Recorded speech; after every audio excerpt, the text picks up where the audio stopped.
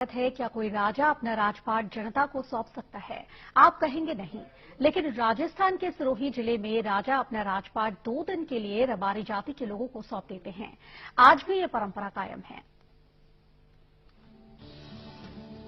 सिरोही में राजपाट सौंपने की परंपरा 2 दिन तक निभाई जाती है। परंपरा देवासियों को सौंपा जाता है राजपाट। सदियों पुरानी है ऐतिहासिक परंपरा।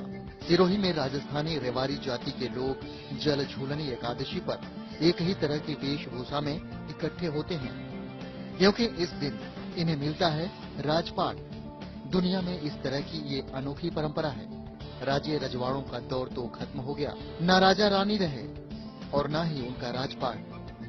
लेकिन माउंट आबू से 70 किलोमीटर दूर सिरोही में सदियों से चली आ रही है एक अजीबोगरीब परंपरा। आज भी चली आ रही है जल झूलनी 11, जिसे भगवान कृष्ण के जलवों के दिन के नाम से जाना जाता है।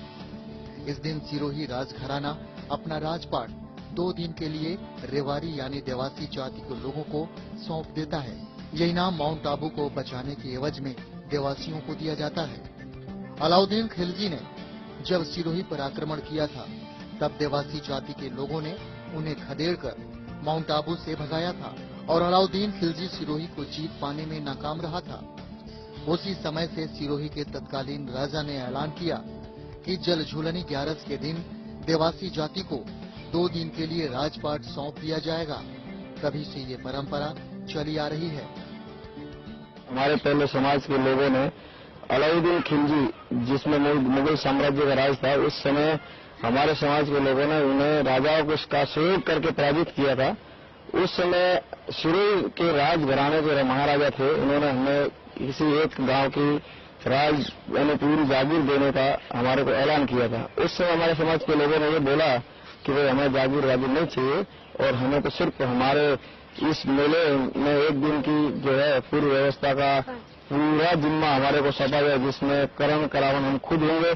इस मेले के अंदर हमारे समाज के अलावा कोई भी दूसरे समाज का कोई भी व्यक्ति अंदर प्रवेश न कर पाए। तो कोई ऐसी परिस्थिति में हमारी समाज ने उनको साथ लिया है, पूरा सहयोग किया। हमारी समाज में पूरा सहयोग करने के आधार पर जो है जो पूर्व जो राजा महाराजा थे उस समय स्थापित थे, उन्होंने जो है रेवारियों को ये परंपरा सामने से भी भाद्रवा की उजाला पक्ष की जो है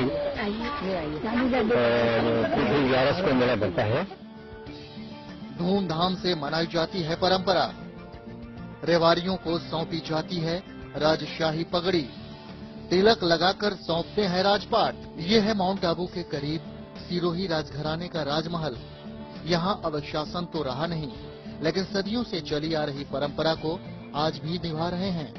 इस दिन सिरोही राजघराने के लोग महल छोड़कर दूसरी जगह चले जाते हैं। 2 दिन बाद वापस लौटते हैं। इस दौरान पूरा महल देवासी जाति के कब्जे में रहता है। बाकायदा रीति रिवाज से राजशाही पगड़ी भी सौंपी जाती है। तिलक समारोह संपन्न होता है। यह उत्सव देव झूलनी एकादशी की दोपहर को सारा रबारी समाज हजारों की तादाद सिरोही के राजमहल में एकत्रित होता है और वहां से सिरोही के एक राज मंदिर है, विष्णु मंदिर पद्मनाथ जी का।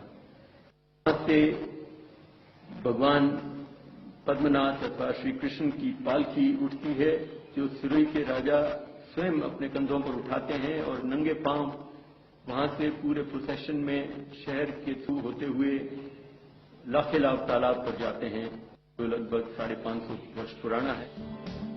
इस दिन राजमहल से शानदार शोभा यात्रा निकाली जाती है, जिसके मुख्य अतिथि सिरोही के पूर्व नरेश रघुवीर सिंह होते हैं, जो भगवान के डोले को कंधा देते हैं।